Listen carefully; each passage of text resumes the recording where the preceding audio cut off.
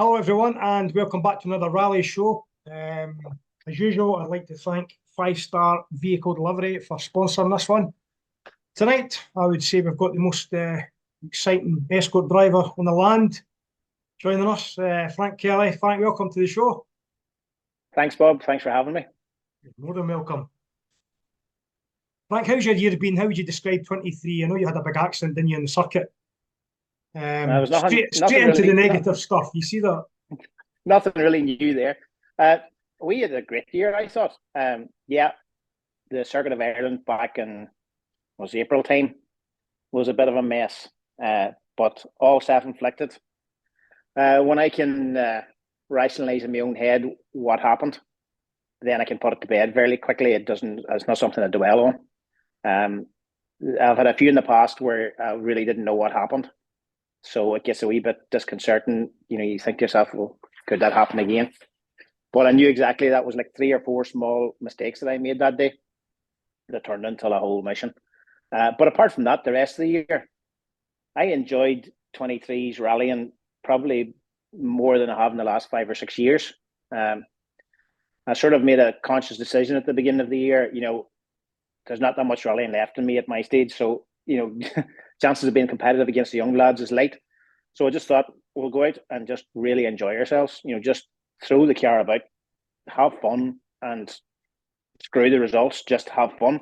Mm-hmm. And we sort of got a bit more competitive again. Mm-hmm. Well, you won an event, didn't you? Germany? Well, we won an event in Germany. And we were runner-up in Belgium in the Escort Rally Special and lost it by 9 seconds, but runner-up. And hey, it's fantastic to still be able to get on the podium, against young lads.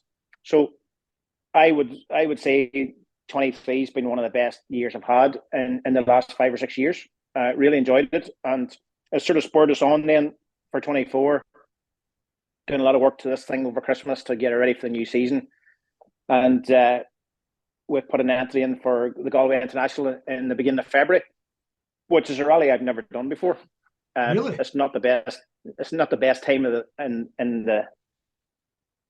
calendar and in the weather and stuff to be in Galway, mucky, muddy roads and stone walls in February. But and I've sort of avoided it for that reason. But Mm-hmm.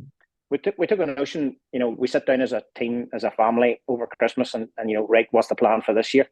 And our plans start off at the beginning of the year, with the best intentions, and then it can go all different directions. Absolutely. Depending on how much wrecking I do. But the plan is to kick off in Galway, and then we'll be doing West Cork in March, and Circuit of Ireland, the buggy rally that nearly destroyed us this year in 23. I'd sort of decided maybe I should leave that ghost lying and not go back there again. But then before Christmas, a road closing order came around our road, literally past my front pillars. Oh, wow. For the Circuit of Ireland to do the stage. They haven't done the sage in like 13 years or something. And I thought, Jesus, I can't let them rally past my house and me not be in. So we're going to do that again as well too, if we're spared. That was 17 events you did.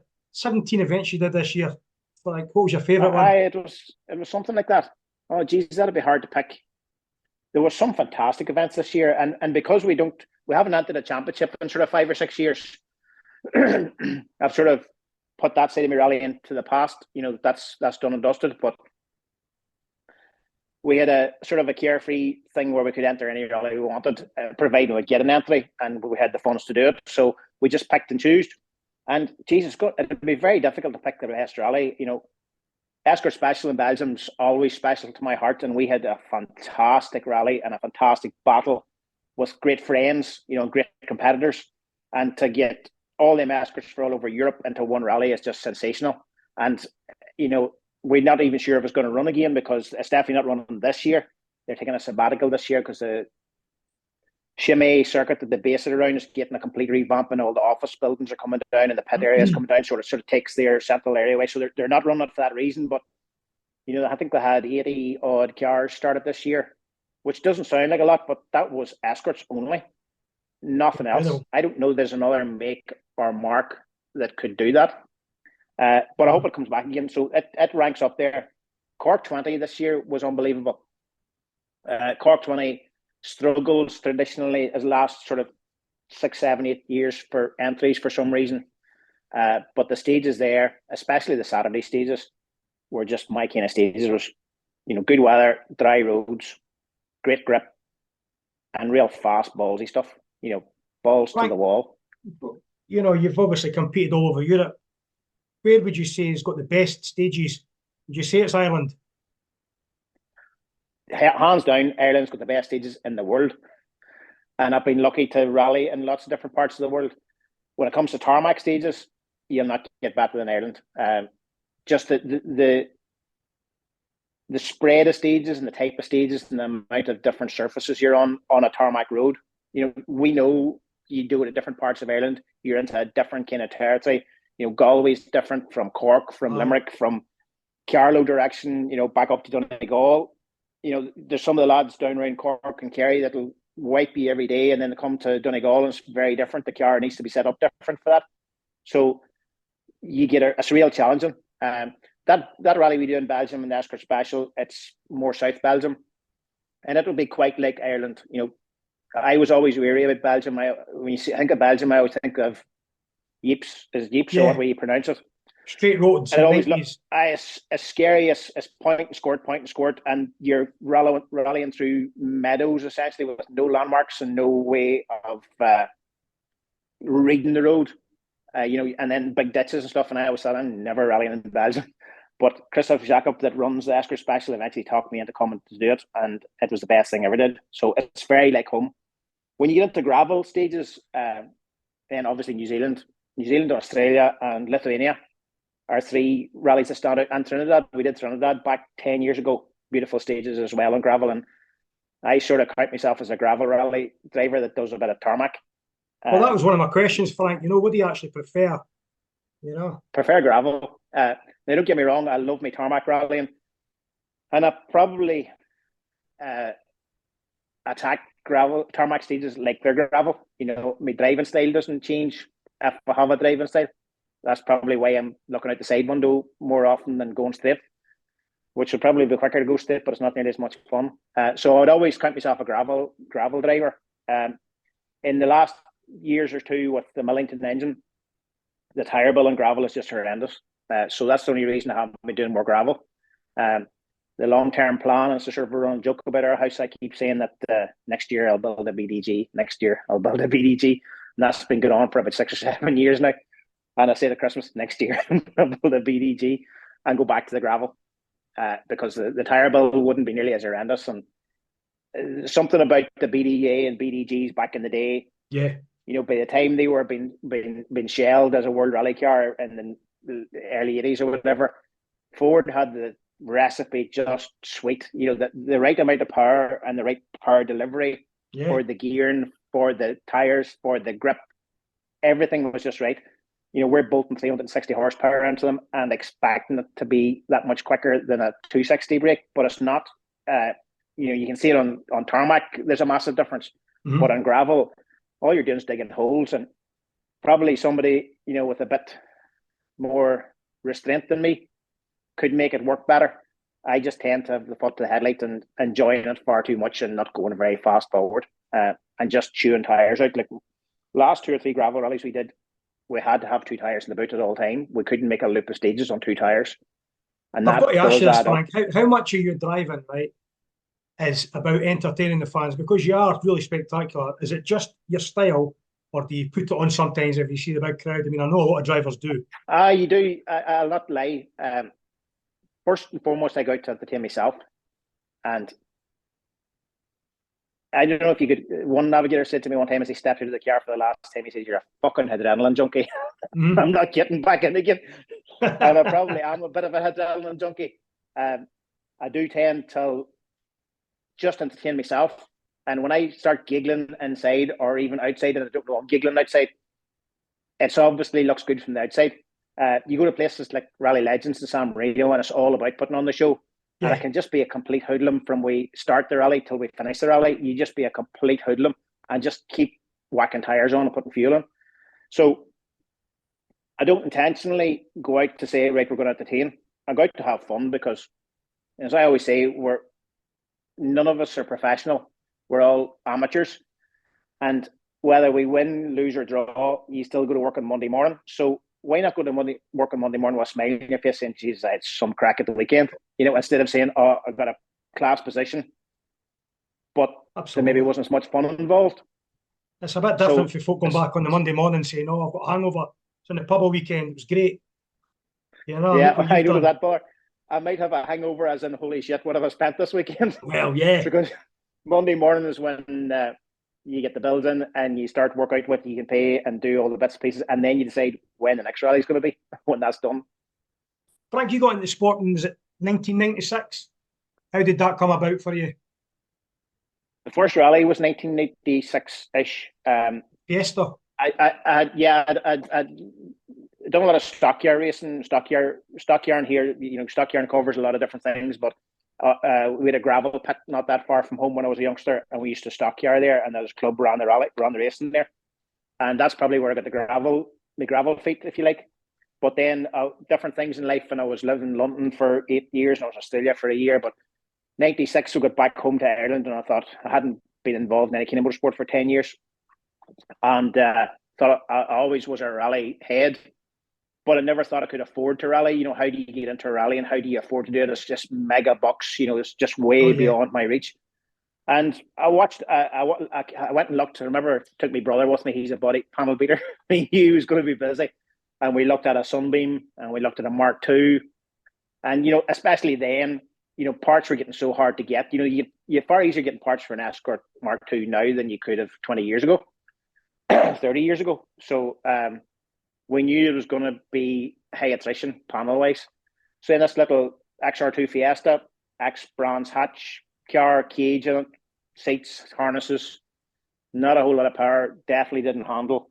But I went and looked at it and I thought, the Mark II was fairly current at the time. You could literally, the scrapyard down the road would sell me a bucket of taillights for £5. I went in with a black plastic bucket, and the amount of taillights I could get in that dictated, that was a tenner, Yeah. a £5 or a tenner or whatever.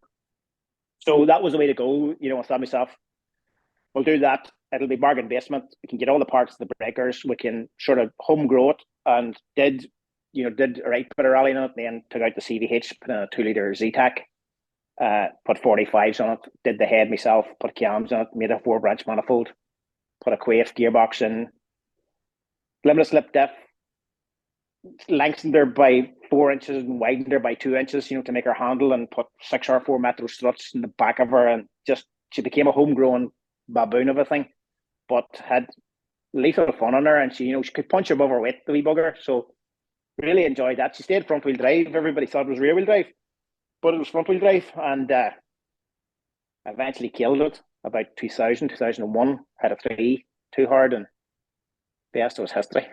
Yeah. Yeah, you went to the Escort in 2002, isn't it? Yeah, the first yeah. full season was 2005, though, wasn't it? First championship season. It was 2005 before we even, started about committing the championship. It was all gravel rallies for me at that time. We had come over, when it was the McRae stages, the McRae stages for Colin McRae when he was killed that 2008. year was. Yeah, you did that one, didn't you? 2008. We did that. But that was only my second or third time out of the country. We did a rally in IE Forest. I can't remember which one it was, in Fiesta. I was fucking handling that. But your question, it was 2005 was the first time that we took on a championship. We went and done the Southern Forest Championship in the first Baby Blue, which was a yellow Escort. Third overall in Killarney, Forest stages. Third overall in Killarney with the last round. We were going into the last round fighting to get a championship. We'd been running Quaife dog boxes at the time and blowing them up regular, and we had always got to the rallies and always scored points, but sometimes we had crawled through a stage stuck in third gear or something. So we went into the last round in a fighting position that we could, if we got a really high position overall and got enough between us and the next man, we could win the championship. And we just threw caution to the wind, went at it and got third overall in the rally and won the championship, which was like unbelievable for us. My brother was servicing for me. It was me. Liam Brennan had stepped in as a co-driver midway through the season, and me and him really gelled. So there was the three of us. Just that was it. And we always keep it a real tight team about here. But it was nice to go down there and do that. And I discovered, I hadn't rallied in the south before. That they have bigger, braver forests than we do in the north, and certainly that time less chicanes and stuff, and you're sort of let at it, let go and do your thing, and really enjoyed it. And I've been rallying in the south ever since, tarmac or gravel. What about you come over to Scotland, didn't you, in 2009, the Scottish Championship? How was that for you? We did. Did you enjoy the forests? It was really enjoyable, bar I could not get through a rally without at least 2 to 3 punctures. Yeah. Probably the sideways thing was the problem. And Steve Bannister was doing the championship at the time, and like Steve's a wily fox, and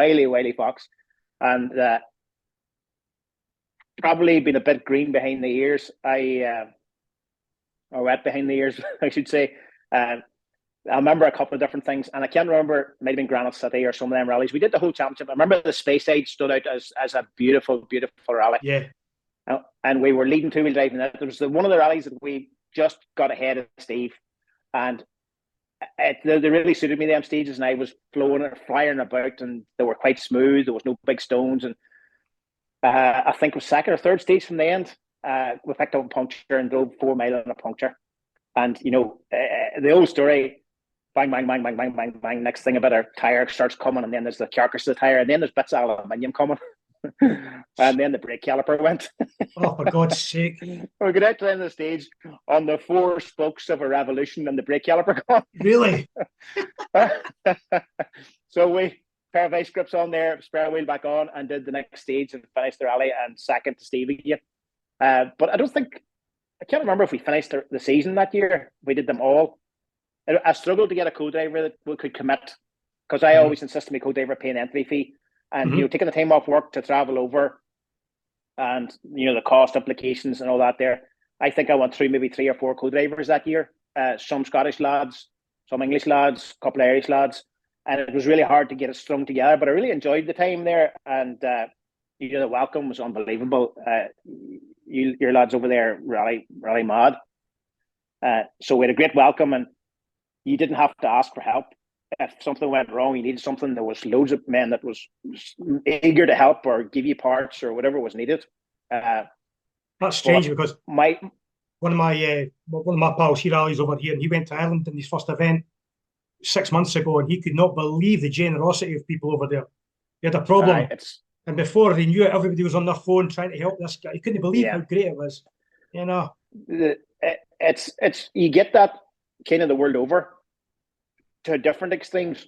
I haven't been anywhere where you couldn't have got help. Obviously, in some parts of the world, there's not as many escorts about, so there's not the spare parts available that you would have in Ireland or Scotland or whatever. But I've had it before. I've had it this year in Enniskillen. We were in around the top 3, 2-wheel drive rally. We're in around the top 3 on tarmac and having a great rally, having great fun. And I broke a sideburn on the diff. And I heard this thing coming as the stage was going on. I knew exactly what had happened. And I thought, that's terminal. We're not going too far. If we get out of the stage, at least we'll drive to service and we can retire in service instead of have been recovered, because we didn't have a service crew. And Rosemary, my wife, couldn't make it down. So it was just me and Lauren. That was it. So you were going to have to try and rely on somebody towing you in. So I just wanted to make it back to service. And we made it back to service. And then I thought, well, I do have a diff in the van. We had 40 minutes to change it. And I thought, well, even if we overgo the time, at least the diff will be in for the next rally or to get us on the trailer to go home. And jacked her up. And the crew beside us, Brian Walker in a Honda Civic. And he had 3 or 4 lads with him. And I didn't even say there was something wrong. I just jacked her up, and I was half shaps out and starting to. And next thing, there was 3 lads in underneath the car with me. And I literally had to fight to get the space to do something. And only for them, but we got out with no penalties and continued on and finished 4th overall, I think, 3rd or 4th overall in the rally. And only for them lads, that wasn't going to happen. And you didn't have to ask. And I wouldn't put anybody under pressure. And, they were servicing their own man's car. But he was helping us as well. The whole lot, my escort. And it was just unbelievable to get that thing turned around and out and away and got a good result. Had a fantastic day. And the car's back together again. And your heart swells sometimes when that happens. And it's happened to me more times. You literally have to ask somebody to get out from under the car to give you room to get back in again, because there's too many people under the car. I mean, you're well known now for your European exploits. what started that trend that you're going off to Europe to compete? Well, it's sort of the foreign events like that started off with Trinidad in 2014. It sort of went back to Jamaica 2011. We got a chance to go to Jamaica just to watch the rally, not to compete, to sort of suss whether it is something you come and do.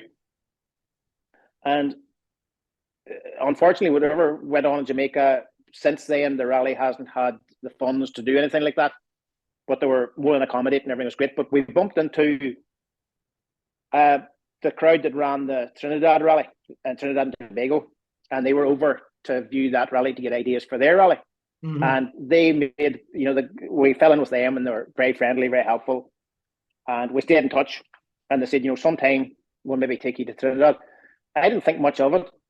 But then I started emailing Rosemary, and she says, them lads from Trinidad are serious.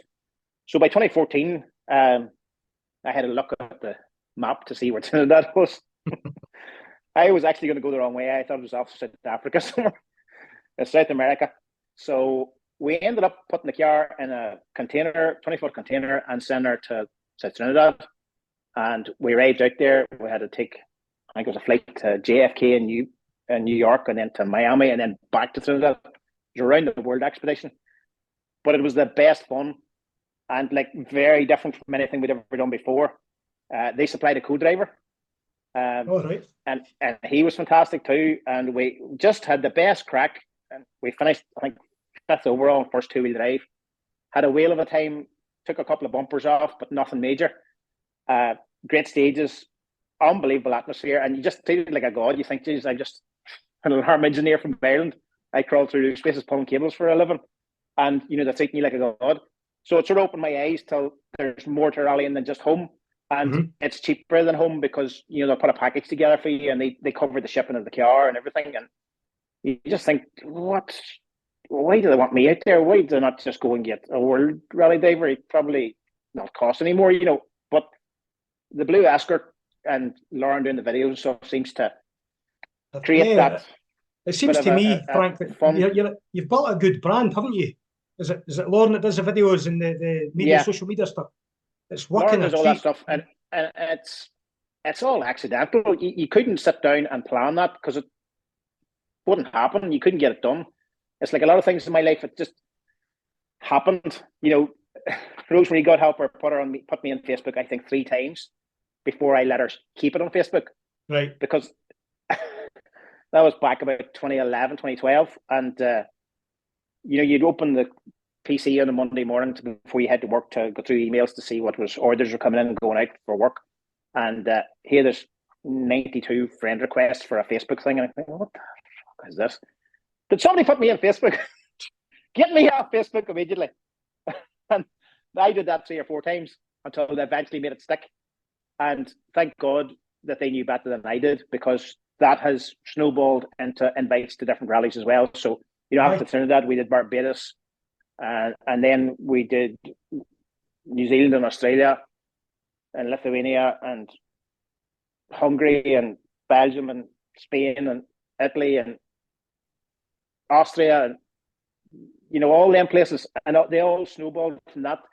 I think when we were brave enough or stupid enough to send the car to Trinidad, the actual car, not arriving and driving somebody else's car, because the car is the star as far as I'm concerned. Different clubs seem to pick up on that and go, that bollocks will actually bring the car and do the event, and he's as big a hooligan here as he is at home. Let's rattle him and see what he'll do. And I get lots of invites, thank God. For how long it lasts, I don't know, but some of them, then you put the proposal and say, listen, we need this covered, we need that covered, and we need a bit of travel money and whatever. And someone will say, go back and say, listen, we can't do that, but maybe next year, the year after, and that's fine. But more often than not, they'll come back and say, yeah, that works for us. If we can make this work, let's do it. And even going to New Zealand, I never ever thought I would get to New Zealand to watch a rally, never mind compete. Is it Otago? Is it Otago rally? I get mixed up in dates and stuff, but I've been in Otago twice. Unbelievable stages. Tough event. Very tough. Tough from the point of view of the Iraqi. The Iraqi is the first year we went, there was one pass in convoy. Right. And the minimum speed for the convoy is 60 kilometers an hour. And it's like this big snake. And there's like an official car every 10 cars. There's an official car. Mm-hmm. And they keep pushing you on, so you can't slow down. You can't stop and double check something. So you're driving through the stage. You're driving through the stage, and you're frantically calling notes, and they're frantically writing them down. And it's really hard to get confidence, especially when you're sitting at 120 miles an hour in the rally car. Oh, definitely. Oh, holy shit, this blind crest. Am I sure it's not the Blix blind crest at the square left after, So you start, I would normally never, overthink my notes or misunderstand or, not have confidence in my notes. But out there, it was really difficult, but really enjoyable. But just, I always felt that I left too much there, too much time was lost, dithering in places. And then some places, like the last time we were there, there was a couple of stages were the same. Just two of them, I think, were the same. And Currybush is a very notorious stage there. Beautiful, beautiful bit of road. And I thought, right, Currybush is pretty much identical to the last time we did it here. We're going to give it a real good push in Currybush. But Currybush is notorious that if you think you know where you are, you don't know where you are. Right. And I don't have a good memory anyway. But I had two right good moments in Currybush that should have ended up in a roof required and got away with it. And that's sort of, right, let's rein this back in again. Let's get to the end of this rally. We're too far from home to need a roof. But no, it's a fantastic experience. And Otago, Dunedin, that the city is based out of, is very Scottish. It's a traditional, I think it's Scottish settlers. A lot of tartan around the place, a lot of bagpipes about the place. Well, alcoholics was that? Right, few alcoholics as well. But just a lovely place, lovely place to be, rally or no rally. And again, really welcoming people. We had Jeff Judd, who would have been in the Subaru 555 team back in the day as a co-driver. He looked after us, and his crew, Gary Hawks and Smithy and them boys, all service for us. And just, we still stay in touch with them lads. There's a bit of banter back and forward. They have like a very Irish sense of humour, and a bit of slagging and a bit of picking and a bit of this, that, and the other. And just mighty crack. It's great to have them connections as well. You just said the car's a star, and it's a well-known car, and let's face it. But if it come to it, would you ever fancy jumping into an R5, something like that, a Rally 2? I would love to drive an R5 as maybe a 1 or 2 runs to just sample it, but I have no notion of ever owning one or wanting to do a lot of rallying in one. I just turned 58 there, old dog, new tricks. I'm still trying to master a Mark II Escort. But the benefit for me is that I can work at this thing in the evenings, and I usually work a couple of hours every evening, just checking, developing, fixing what it broke, trying to fix things that's not going to break again, that kind of thing. I enjoy that as much as I do rallying it. Yeah. And I can't see that I would ever want to have an R5 sitting here. I don't think I would have the same love or passion for it. Yeah, I can admire the mechanics and the technology in it. And, when you're at a rally and you look around them, you're always looking for wee tricks and wee things and going, Jesus, yeah, that's the way they mount that. That would work on the Escort or whatever. But as regards campaigning one, I really have no interest. You've been to see some change. I genuinely, and this sounds so patronising, but a lot of the time I'll be sitting at a rally, at a start of control of a stage or something, and I'm thinking, them R5 boys don't know what they're missing. Yeah, I agree with that. I mean, I organise test days, and I've jumped in and out of R5s and stuff, and into an Escort. It's like proper rally, and I don't mean this in a negative way to you R5 guys that are watching, but it's when you come at the R5, you feel you've been in a real racing car. That point and squat. And the Escort. As you say, you don't want to be patronising or. There's lots of different ways of looking at it. Sometimes I jokingly say that there should be a minimum age to get in an Escort. And it used to be 35 and 45, now it's 55. I think you should be 55 before you're allowed into a Mark II Escort. You should have owned one when they were a current car before you're allowed into it. Otherwise, go out an R2 or an R4 or an R5 or whatever and get the fuck out of their Escorts, because you're far too quick to be in an Escort. You must have seen some changes in the pace of the sport though, Frank. I mean, it's hell. It's unbelievable now, especially at Ireland Day. It's just incredible, the pace, isn't it? It is. Sometimes I think if I had this Mark II 15, 20 years ago, you'd have won rallies and championships and everything. But, everything comes the same way as, obviously power is power, but the grip, the suspension, the tire compounds, the tire availability. Things have moved on massively. You watch up some old videos, and even some of our videos from even 2011, 2012, and you see the tires you're running back in, you're going, Jesus Christ, I wouldn't want a chance a pair of them now, in the current gaze of this car. So everything moves together. You can't just isolate it out to one thing. But yeah, I know what you're saying. The driving hasn't got any better. I do stand in awe at 18, 19, 20, 21-year-olds that jump into an R5 and go at the speed they're going and do what they're doing without.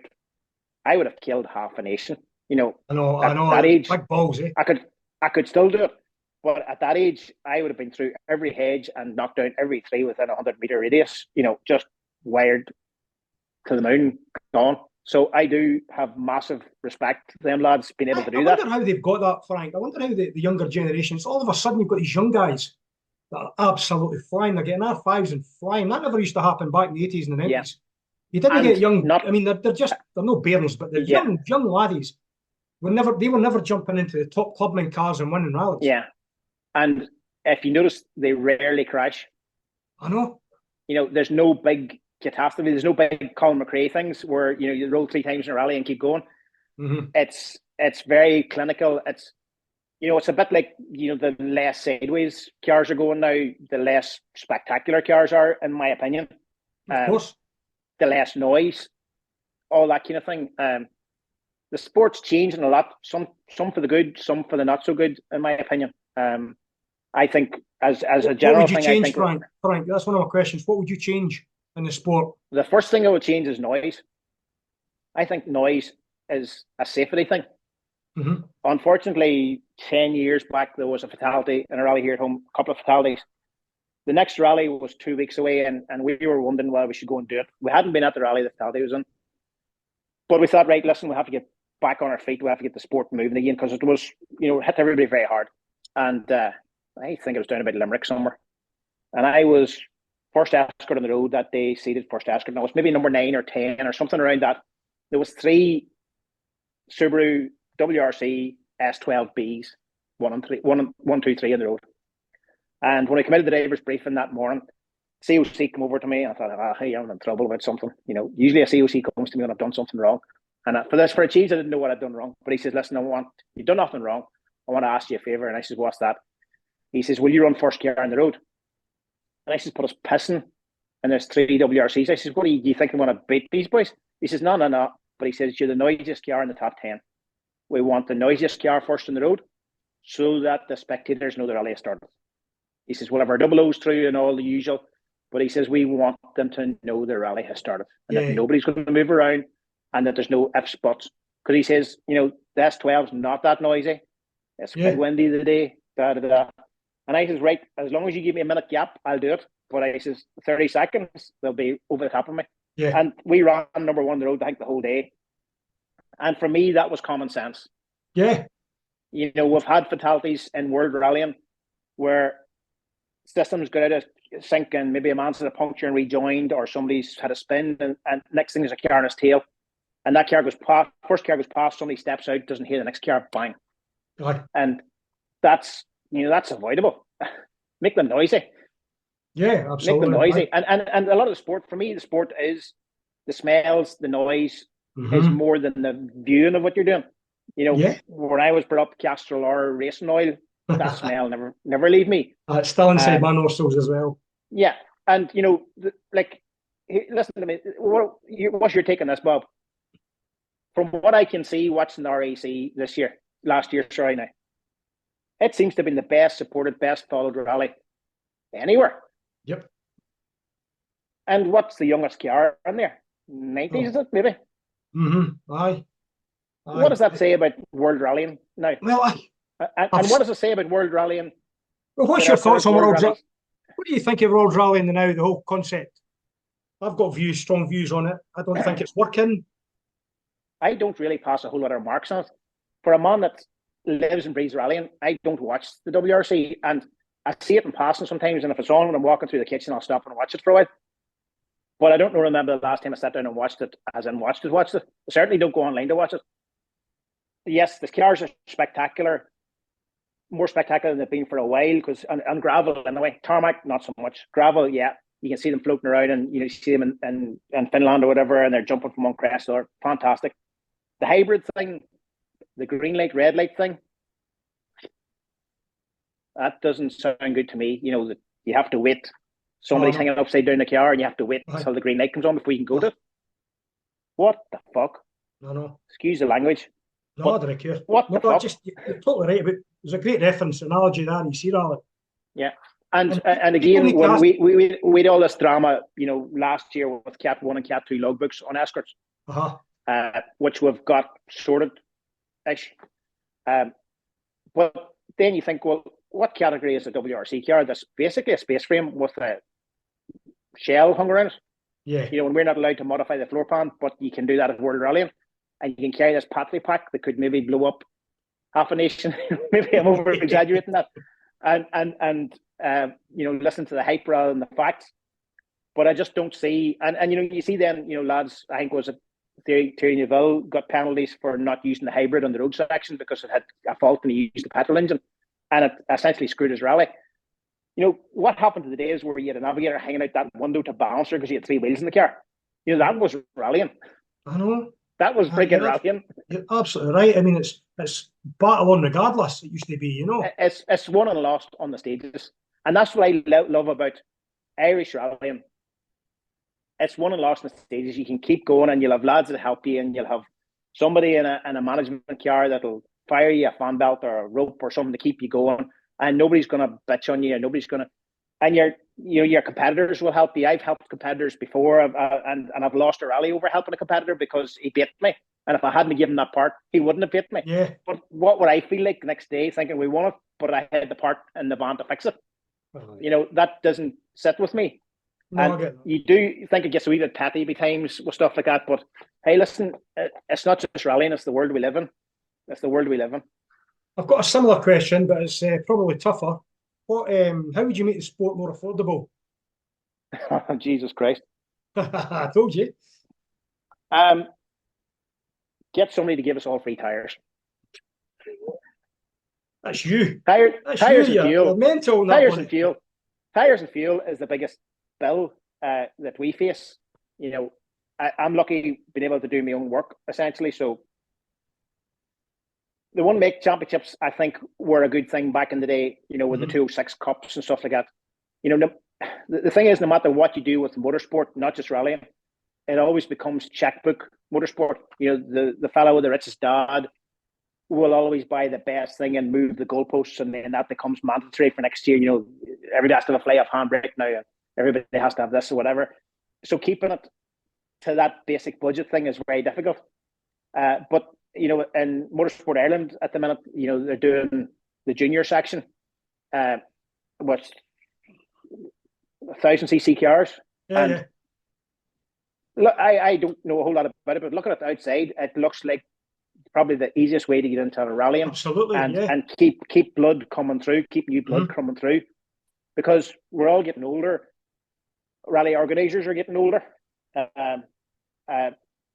But tire bills, if I could strangle my tire bill, is the sport quite healthy over there, Frank? Numbers it wise, is. I think it is. In Southern Ireland, I always talk about Motorsport Ireland. I'm in Northern Ireland, so we're under MSUK. Mm-hmm.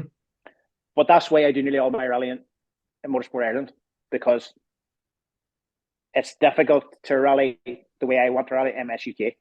For starters, the car's too loud. What do? Right, I need to quieten her down for this. Right, I need a wee mopper because the exhaust is different now. But 90% of my rallying's in the south, so I generally rally in the south, and it does piss off people locally sometimes saying, "Why ain't you come and do your own rally up here?" Well, my car's illegal, essentially. I had an issue there 2 years ago, and a local rally, 20 minutes from my house, and we went to the launch for the rally like 6 weeks before. They asked me to take the car and do the launch, and we had 3 or 4 rally cars there, including myself. They had a launch, everything was great. Local papers involved, and photographers and stuff, and that was all great. So I hadn't really intended doing the rally, but then I thought, right, these lads are making a good effort. Apparently going to be good stages. It's 20 minutes from the house. You know what? We'll stick an entry in. We'll support the event. Mm-hmm. We'll give them an entry because the you don't always get full entries in the north here. So put the entry in anyway, and scrutineering the night before, drove over from the garage till scrutineering. That never happens. Usually it's 5-hour drive before you can get to where the rally is at, never mind scrutineering. Drove her in, and it was fairly chaotic, but failed the sound test. And sometimes, it's just, you get that sort of next rally. I hadn't rallied in the north in, 18 months, 2 years. But it was an issue, and ended up being excluded from the rally, then reinstated to the rally, then excluded again, then reinstated again. But it turned out, well, I'm probably shooting people in the foot. I think there was 40% of the entry failed the sound test. So the rally was unsustainable then. So we all got reinstated. Yeah. And we had a great rally, fantastic stages, really enjoyed it. And the rest of the rally was as it should be, and hats off, the lads did a great job, and it's only a small club. But they were held over the barrel by MSUK regulations that the cars had to be this noise. And, I keep bitching on about noise. If you're not going to go fast, at least sound fast. And that's what I do. I try and sound fast. I might not be going that fast, but I sound fast. I absolutely agree. It was a bit heartbreaking at the time, because I was fully prepared. Time was 10, 15 years ago, I'd have fought to the bitter end to get back into that rally. But I thought to myself, you know what? There's a rally in 2 weeks. If we're not going to be allowed to do it, that's all right. Mm-hmm. And I wasn't going to start no row, but then it became an issue that I wasn't the only one. I was probably the worst one, but I wasn't the only one. Yeah. So you do start to think, well, why are we doing this? Because as yet, there's no sound checks in the south at all. Really? And even going over, no sound checks whatsoever. There's loads of other stuff that's different from the north, but and more safety related things that we get away with in the north that we don't get away with in the south. But there's no sound tests, and it's never been broached. It's nobody's ever mentioned or talked about it, or I don't hear any word about it. And maybe it'll happen. I don't know, but I'd probably have my rally, and under him it does. Interesting. I was never aware of that. Who's your rally icon, Frank? Days gone by. Ari Vatanen, obviously. Colin McRae. Juha Kienkinen is a very different driver to any of them lads. I always had a soft spot for Juha Kienkinen. Yeah.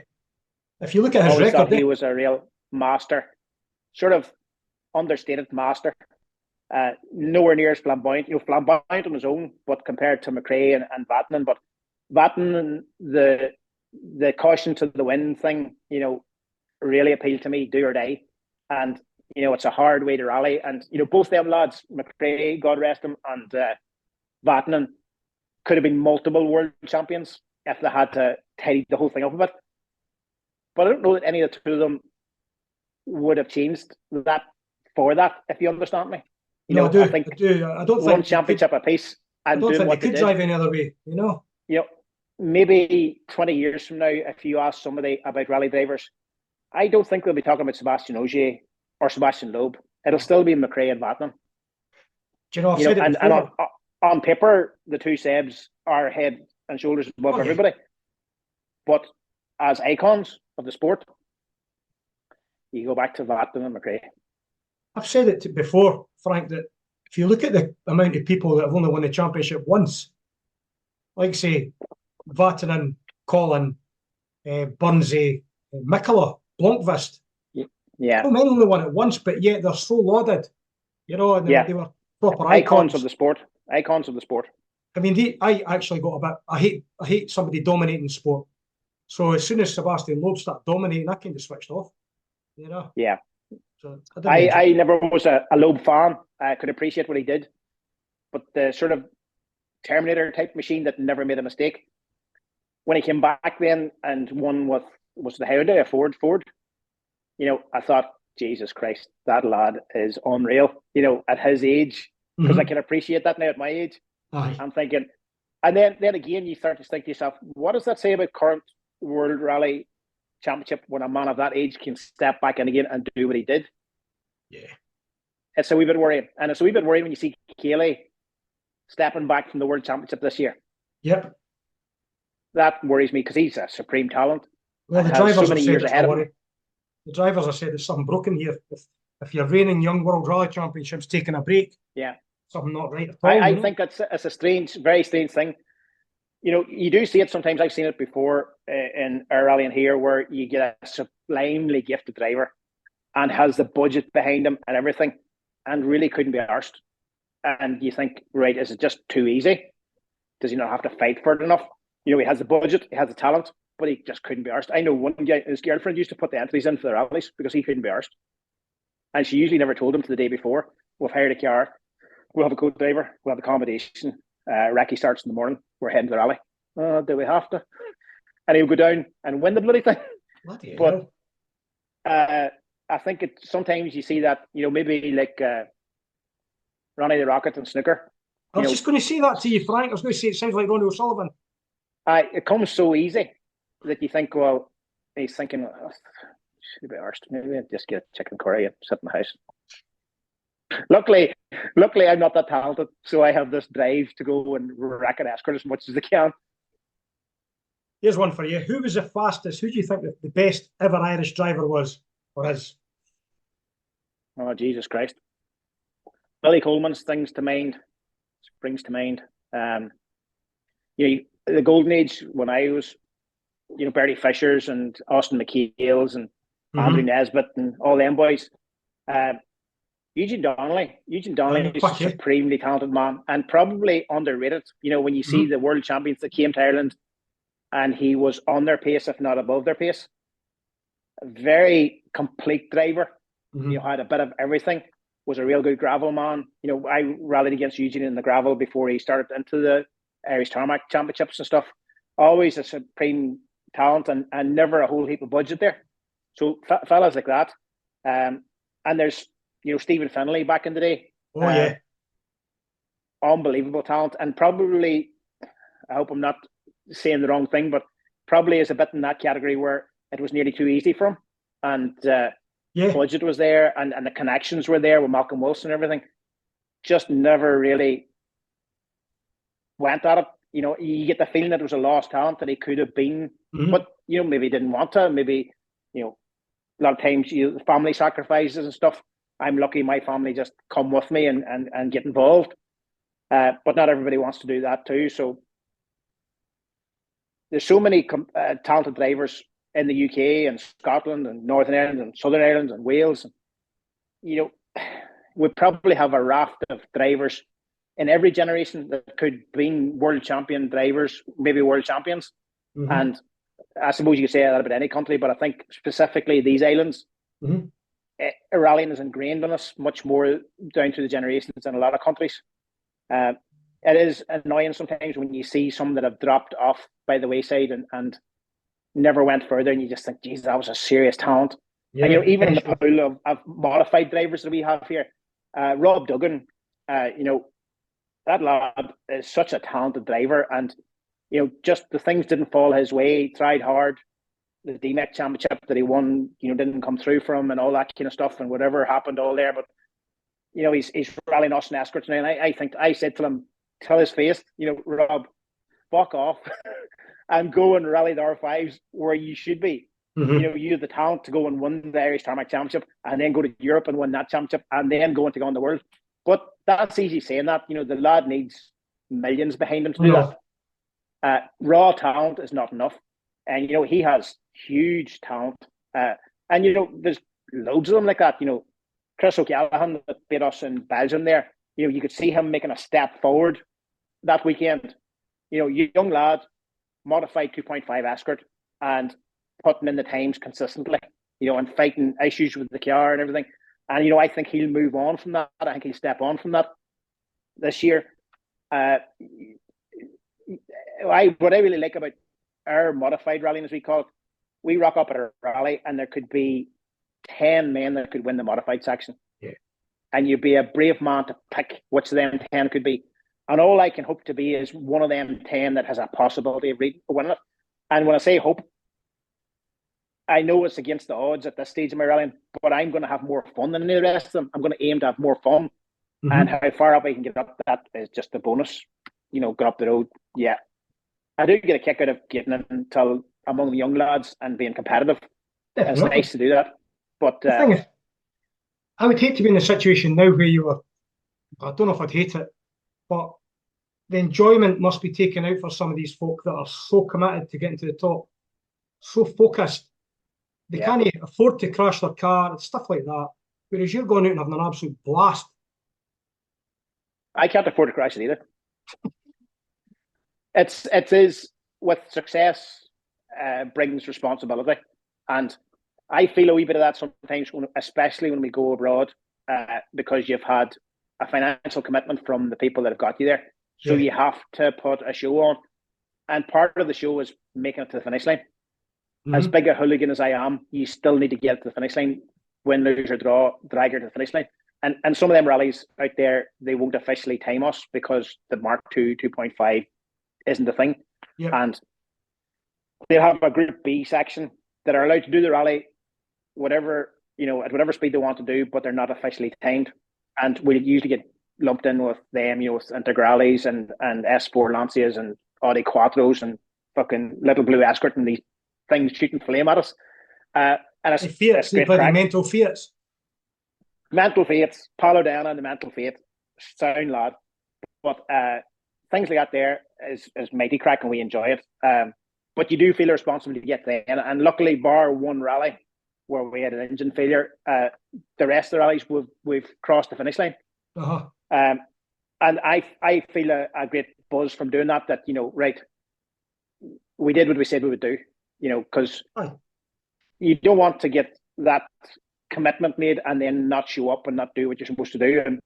And that's I love that. But I can see a wee bit of the responsibility then, you need a young lad that's bankrolled with his family or sponsors or whatever. He has a responsibility to, show up and do the thing.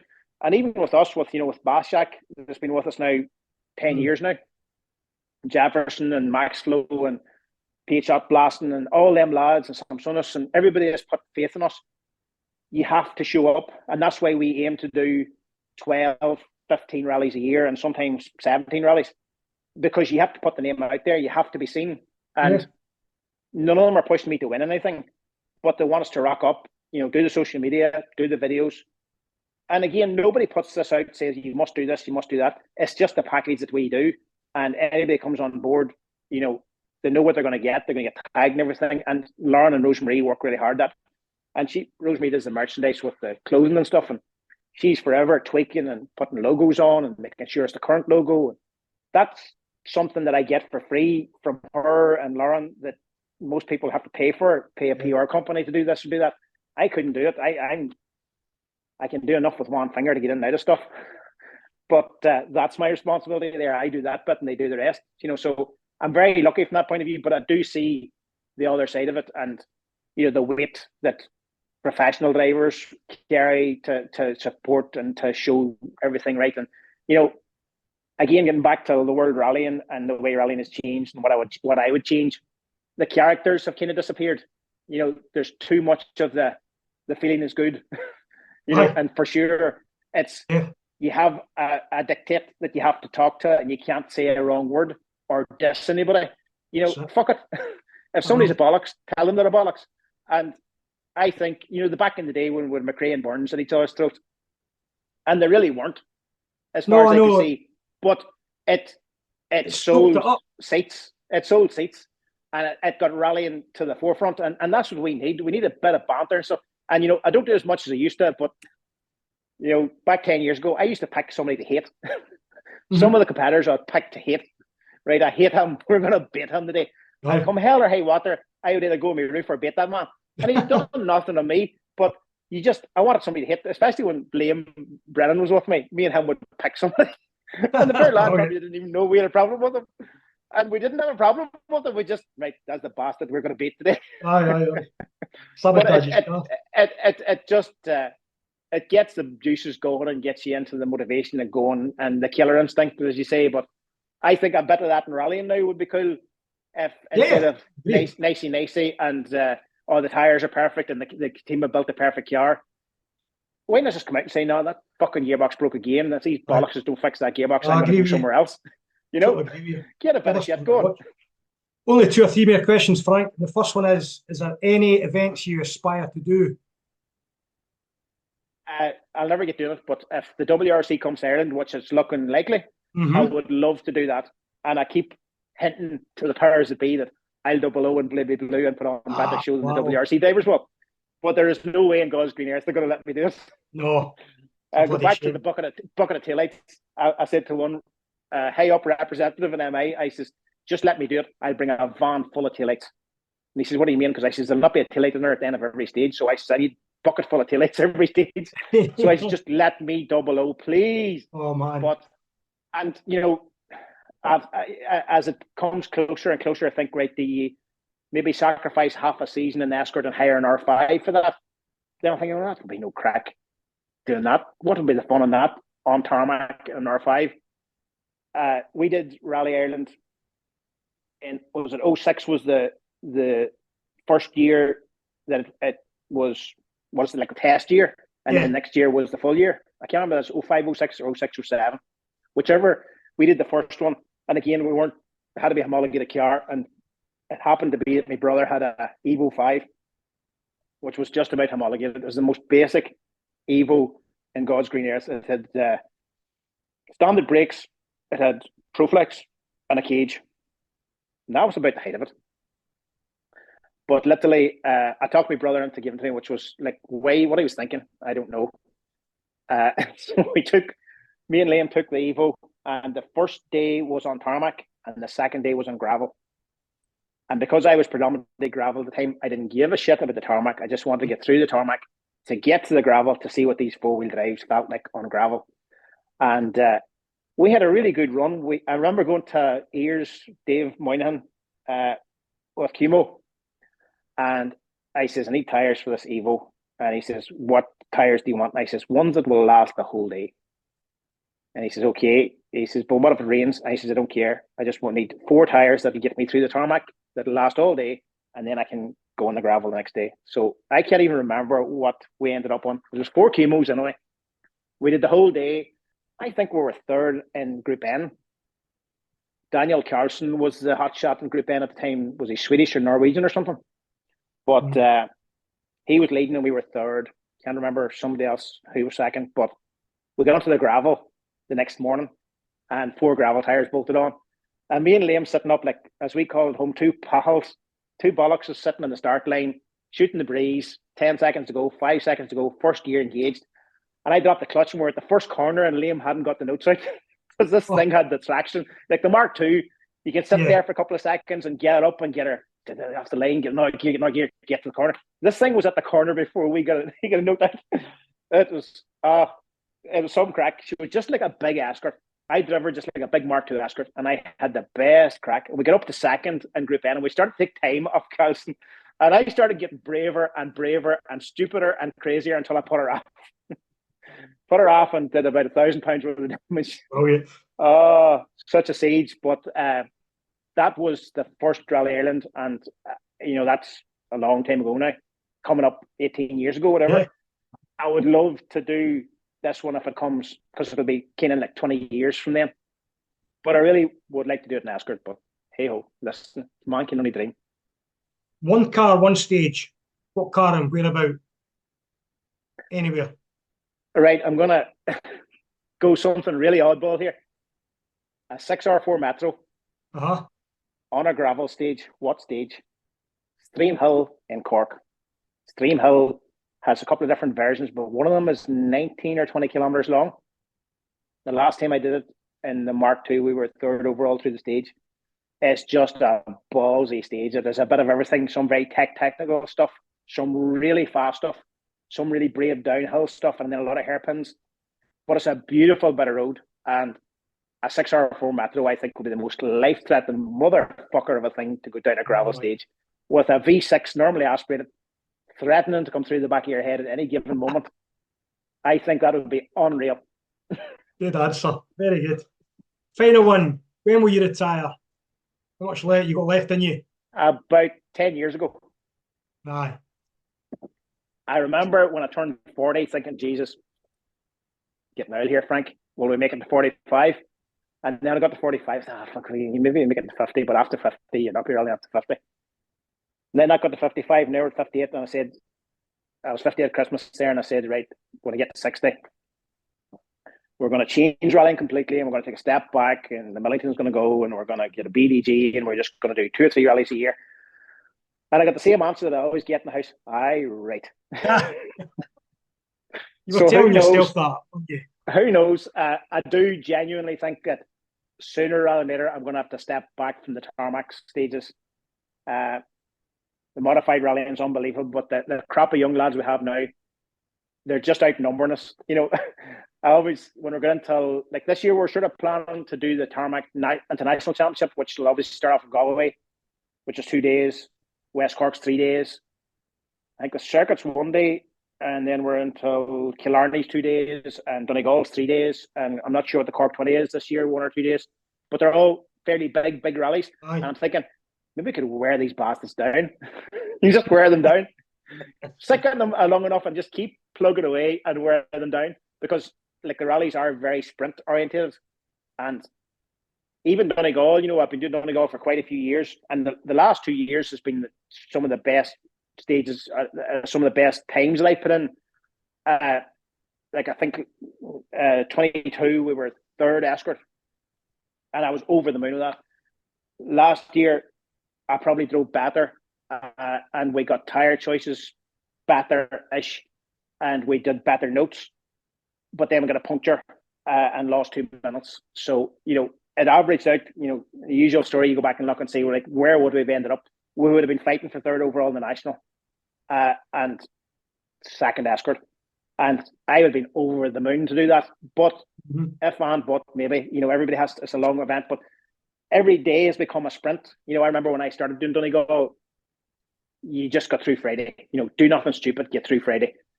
Push on a wee bit Saturday, then go mental on Sunday. But now it's mental from the start line on Friday. And I don't have the skill to stay mental for 3 days. So you try and pick and choose. And Lauren's great. You know, Lauren knows her old fella better than anybody. And she knows when I'm getting completely to hand and I'm driving on my wits, you know, and I'm getting into that zone. You know, I've tried to explain it before when people have asked me about, I get into this place where I feel invincible in the car, and you know, I'm believe it or not, a quite sensible person outside the car. You know, I'm careful about business and I'm careful about this, and I wouldn't take risks on the road.